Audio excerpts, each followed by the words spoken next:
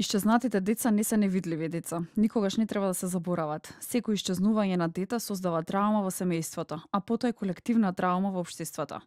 На годишно ниво во Европа исчезнуваат околу 300.000 деца, додека пак во Македонија од 2020 година, заклучно со март оваа година, исчезнати се 54 деца, а од нив пронајдени се 49.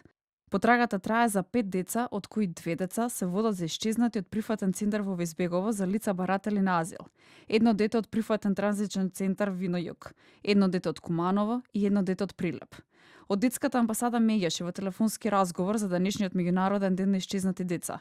Повторно апелираа дека првите 24 часа од исчезнувањето на детето се најважни.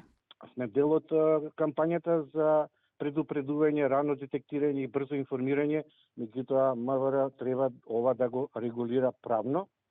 И исто така сметаме дека треба во Македонија да се воведе 116000, тоа е европскиот број за исчезнати и грабнати деца, и она што треба Министерството за внатрешни работи да направи во регистарот за исчезнати и грабнати деца селекција, односно да направи дистинција на исчезнати и грабнати посебно деца и посебно возрастни. Македонското Министерство за внатрешни работи се приклучи на фондацијата Амбер Алерт, а со тоа и навремено да ги известат граѓаните кои се првите чекори кои треба да се направат при исчезнување на дете. Јавителот да ги даде сите информации, сите возможни информации, фотографија се разбира задолжително, за да можеме што е полесно и побрзо да го пронајдеме лицето. Се разбира во зависност од тоа дали лицето е исчезнато на територија, на градска територија, дали е исчезнато во планина, во шумски предел, зависно од сето тоа, нели се преземаат и соодветни мерки и активности.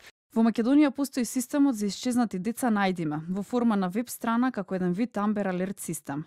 Функционира на македонски, албански и ромски јазик.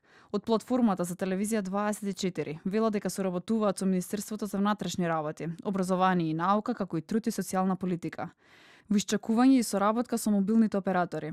Институционализирањето на системот, односно преземањето на управувањето на системот од институциите е процес кој што трае. За тоа да биде нешто кое што државата ќе го управува, секако требаат пошироки консултации, да се седне на маса, да се продискутираат законските можности и ограничувања, бидејќи како што кажа, во различни држави различно оперира системот.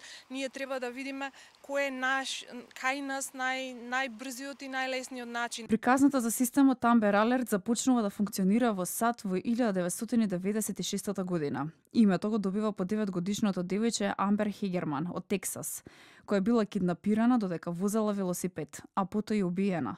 Телото на Амбер, фрлено во поток на околу 10 километри од паркингот каде Амбер била киднапирана, го нашол случаен минувач шетајќи го куќето, 5 дена по киднапирањето.